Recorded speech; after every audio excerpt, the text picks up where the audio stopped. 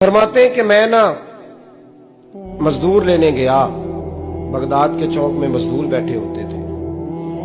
तो मेरी उन मजदूरों में से ना एक नौजवान बच्चे पे नजर पड़ी।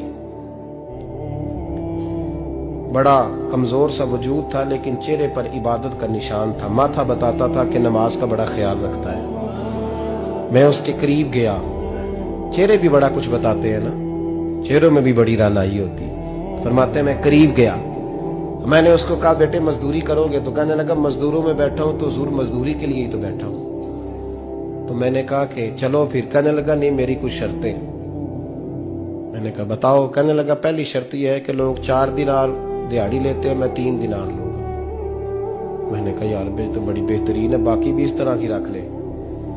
उसने कहा हुजूर दूसरी शर्त यह है कि मैं आपकी मुकम्मल बात मानूंगा, लेकिन जब अजान हो जाएगी फिर आपकी नहीं सुनूंगा।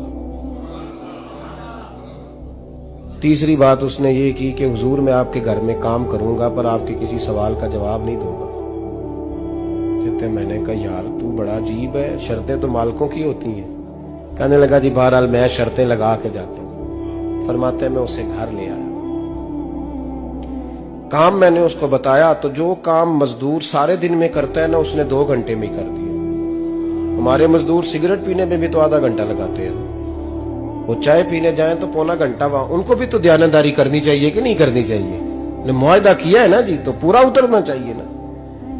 कहते 2 घंटे में। अब काम जब बंदा शुरू कराता है तो काम और निकल आता है। कहते काम मैंने उसको और बता दिया, वो करने लगा। उसने मिट्टी निकाल के रखी थी बाहर रास्ते में, तो अजान हो गई जोर की। उसने वहीं कुदाल छोड़ी कही और चलने लगा। तो मेरा बेटा कहने लगा इसको जरा बराबर कर दो। कहने लगे चुप कर जा, तेरे बाप से बात हुई थी। जब अजान होती है तो मैं किसी और की नहीं सुनता, सिर्फ अल्लाह रसूल की सुनता हूं।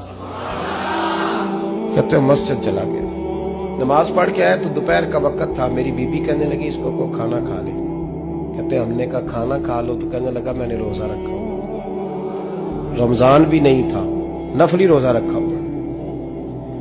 फरमाते हैं शाम हुई, मैंने 3 दिनार दिए। तो मैंने कहा तेरा नाम क्या है? कहने लगा मैंने आपसे कहा था मैं किसी सवाल का जवाब नहीं दूंगा। तो वो चला गया। अगले दिन मैं फिर लेने गया उसे, काम कुछ और निकल आए। तो लोगों ने बताया वो सिर्फ हफ्ते वाले दिन आता है। मैंने कहा क्यों? कहने लगे जी वो कहता है मेरा हफ्ते का खर्चा 3 दिनार है। जब 3 दिनार कमा लेता हूं तो बाकी सारा टाइम अल्लाह रसूल की जिक्र में गुजार दिया करता हूं। फरमाते हैं जी अगले हफ्ते मैं फिर लेने गया। मैंने पूरा हफ्ता इंतजार किया कि काम उसी से कराना है। मैं जब गया तो मैंने कहा चलो। कहने लगा मेरी शर्तें याद है ना? और मैंने कहा याद है भाई, साथ चल। फरमाते हैं काम कराया। 2-3 हफ्ते वो आता रहा। एक हफ्ते में गया तो लोगों ने कहा हुजूर आज नहीं आया। क्यों? कहने लगे बीमार हो गए। कहाँ घर है? कहने लगे बगदाद के कब्रिस्तान के पीछे जो कच्ची आबादी है उसमें रहता है। फरमाते मैं गया, दरवाजे पे दस्तक दी तो कहने लगा हुजूर आप हैं? दरवाजा खोला है, आ जाइए। फरमाते मैं अंदर गया तो मैंने कहा तुम्हें कैसे पता चला मैं आया हूं? कहने लगा हुजूर अल्लाह वाले हो, आप नहीं आना था, वरना अमीर तो गरीबों का पता लेने कोई नहीं आते। कहते मैं करीब गया तो कहने लगा मैं आपका इंतजार कर रहा था, तेज बुखार है, तप रहा। जेब से कुछ पैसे निकाले। कहने लगा ये पैसे रखने। एक अंगूठी निकाली।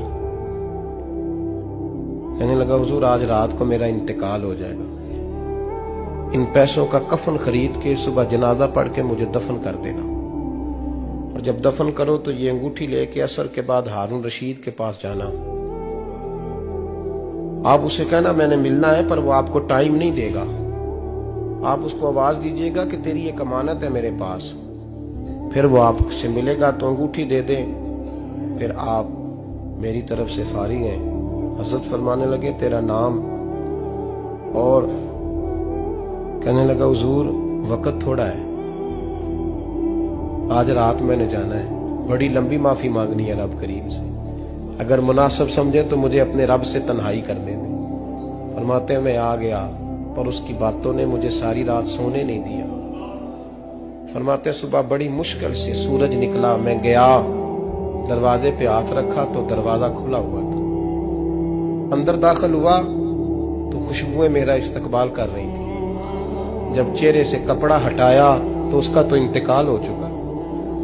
इंतकाल हो चुका, ऐसे जैसे किसी का दीदार करके सोया। कहते मैं तो 2 आदमी ले गया था जनाजे पे, पर पता नहीं दुनिया किधर किधर से आई, कहां कहां से। अखा जदों मीटियां जमाना मैनू रोवेगा, अपना ते अपना बेगाना मैनू रोवेगा। फरमाते हैं मैं तो 2 बंदे ले गया था, पर पता नहीं मखलूक कहां कहां से आई। जनाजा पड़ा, दफन किया। हारून रशीद के पास में असर के बाद गया, मैंने बुलाना चाहा पर बादशाह था, मेरी तरफ देखा ही नहीं। मैंने उसको कहा तेरी ये अमानत मेरे पास है। फरमाते हैं मुझे कोने पे ले गया, क्या बात है, कमरे में बुलाया, मैंने अंगूठी दी। हारून रशीद तो चीखे मारने लगा, कहने लगा अंगूठी वाला कहाँ है? मैंने कहा वो तो इंतकाल कर गया। कहने लगा मुझे कब्र पे ले चल। कहते मैं कब्र पे लाया तो वो लेट गया, तड़प के रोने लगा। मैंने कहा मेरा कलेजा फट जाएगा, ना उसने कुछ बताया ना तूने बताया, ये कौन था? तो हारून रशीद कहने लगा ये मेरा बेटा था। मैंने कहा तेरा बेटा और मजदूर? कहने लगा हुजूर ये हजरत दाऊद ताई के पास बैठा करता था, उनका मुरीद था। मुझे रोज कहता था अब्बा तूने बड़ी दुनिया इकट्ठी कर ली है, मरते वक्त तुझसे टांगे समेटी नहीं जाएंगी, इतना हिसाब नहीं तू दे सकेगा। मैं इसको समझा देता, इसकी अम्मा समझा देती। ये रोज हमें कहता छोड़ दो, आ जाओ अल्लाह रसूल की बारगाह में झुक जाएं। हम समझ। एक दिन ये चला गया, कहने लगा फिर तुम्हारा रास्ता और है और मेरा रास्ता और है। ये सोने की अंगूठी गलती से इसके पास रह गई, गलती से हीरे की अंगूठी चली गई। कहने लगा देखो मेरे बेटे ने आज वो भी वापस कर दी है। फिर तड़प के कहने लगा हारून रशीद था तो ये मेरा बेटा, पर मेरा मुर्शद निकला, मेरा पीर निकला। भाई जिंदगी तो बड़ी थोड़ी है ना। बाबा साहब ने कहा था उठ फरीदा सुत्या, और दाढ़ी आ गया पूर, अग्गा नेड़े आ गई, पिछा रह गया दूर। उठ फरीदा सुत्या, खलकत वेखन जा, मते कोई मिल जाई बख्शिया ते तू ही बख्शिया जा।